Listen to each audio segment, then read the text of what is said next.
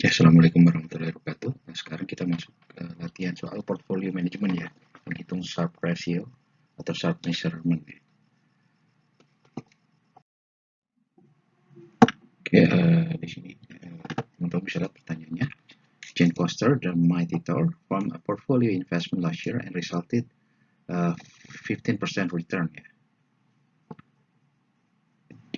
With 80.5 standard deviation. Jadi Jane Foster, pacarnya Thor ya, The Mighty Thor membentuk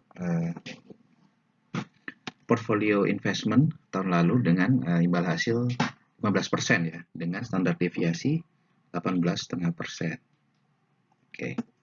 While at the same time period, IDX or Indonesian Stock Exchange return 3% less than Jane's portfolio with 11% of standard deviation. The risk-free rate gave 7% return. Oke, jadi sementara IHSG itu dia memberi imbal hasil atau return 3% lebih sedikit ya dibanding punya Jane, dengan standar deviasinya IHSG itu 11%. Oke, jadi teman-teman tahu kan, semakin kecil standar deviasi itu sebenarnya semakin bagus, berarti returnnya lebih terkontrol ya, maksudnya volatilitasnya lebih rendah seperti itu. Lalu suku bunga Bank Indonesia atau risk-free rate, jadi kalau teman-teman depositoin uang di bank atau apa, returnnya itu di sini di contoh soal ini adalah 7% ya. Jadi kalau kita investasi di saham malah dapatnya di bawah 7%, misalnya sekarang rate-nya di 7% ya, ngapain? Mending kita deposito, duitnya lebih pasti seperti itu. Oke, then define Sharpe ratio. First, define the Sharpe ratio of Jane's portfolio. Sharpe ratio of IHSG and what conclusion can be drawn. Jadi berapa Sharpe ratio Jane, Sharpe ratio-nya IHSG, dan apa kesimpulan yang dapat diambil. Oke, dari yang sudah dibahas tadi, kita tahu pertama return of portfolio-nya 15%, Jane's portfolio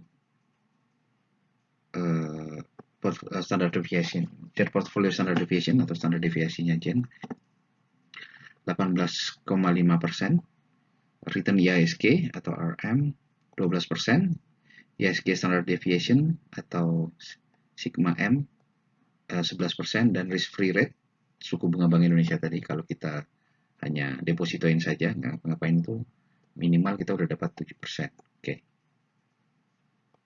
Oke, solusinya kita menggunakan Sharpe ratio atau Sharpe measure.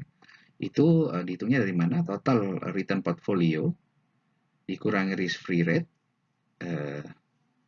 dibagi standar deviasi semua dari portofolio tersebut. Oke, jadi rumusnya SM sama dengan RP minus RM dibagi SP ya. Oke, yang pertama tadi berapa sih Sharpe ratio-nya si portfolionya Jane ya? Oke, yang pertama jadi 15% return-nya dikurangi 7% risk free-nya atau suku bunga Bank Indonesia tadi, dibagi sigmanya atau ya melambangkan volatilitasnya ya, didapat angka 44,32%. Oke, berikutnya standar deviasi dari market SMM, Sharpe measure dari market atau Sharpe measure dari IHSG itu berapa? Kita tahu 3% lebih rendah ya dari 15, jadi turun dari 12%, dikurangi risk free, tapi dia punya standar deviasinya lebih rendah ya. Akhirnya didapat angka 45,46, hampir sama ya miripnya, tapi lebih tinggi yang punya market. Oke, apa kesimpulan yang bisa kita ambil? Oke, dari situ karena Sharpe ratio dari portfolio kurang dari Sharpe ratio market, maka portfolionya Jane ini dianggap jelek ya, karena dia dikalahkan oleh IHSG. Oke, mudah-mudahan jelas. Terima kasih waktunya. Assalamualaikum warahmatullahi wabarakatuh.